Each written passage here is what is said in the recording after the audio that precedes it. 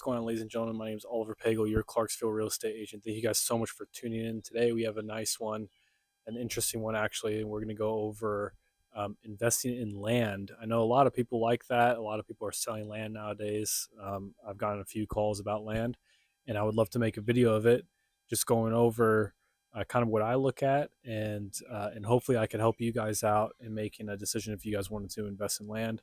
So without further ado, let's get into it. So rule number one, I guess, if you want to say to investing in land, is knowing your zoning and your zoning laws. So before you even start the offer process and whatnot, I would definitely call the county and make sure that that land is zoned for what you want, um, depending if it's like commercial, residential, some other things, right? Because if it's not zoned that way and they don't plan on zoning it that way, that could be a wasted investment or a wasted potential for you. Number two is you got to make sure that it's got the right environment, right? So what do I mean by that? If it's hilly, if it's not hilly, if it's flat, right? You're kind of looking for what you want. You want to make sure that, say you're going to build houses, you're going to property develop, which that is what I see a lot when they start buying lots and tracts of land.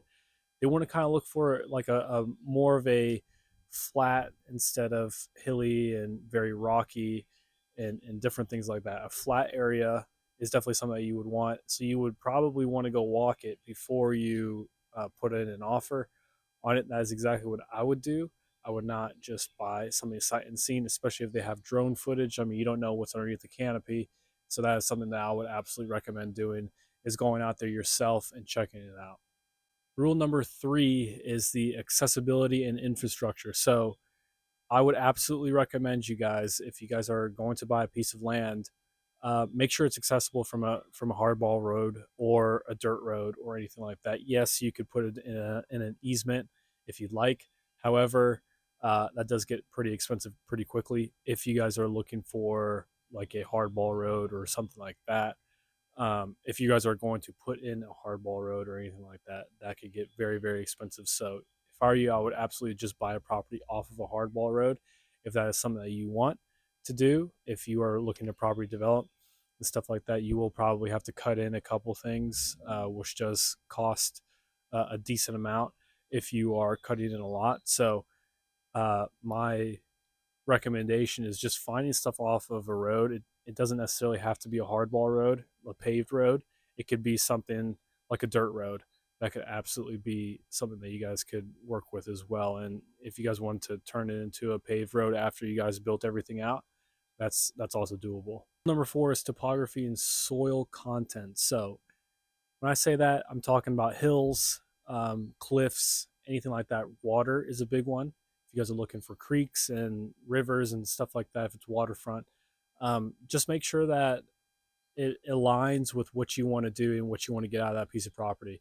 Nothing's worse than buying a piece of property and realize that you can't use it for what you want, right? So just make sure that the soil content as well is good. If you're gonna farm the soil, if you're gonna dig into it, sometimes it can get really expensive if all you're doing is hitting rock, right? So just make sure that you understand what you really want to do and understand the soil content, the topography, the environment out there. And you could do that, you could alleviate that risk by walking out there and going through the motions, walking through the woods and just seeing it for your own two eyes instead of going with drone footage. Rule number five is legal issues and title issues as well. So what you need to do is I'll get you in touch with a real estate uh, attorney and make sure that the titles and everything like that, the title company will know as well. Make sure that the title is clean and clear. Make sure that there's no clouds hanging over that, right?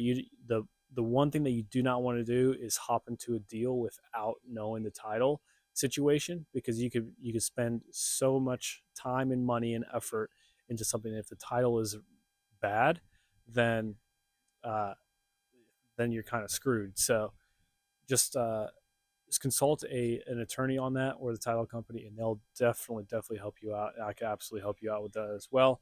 I have a couple of people that I would use.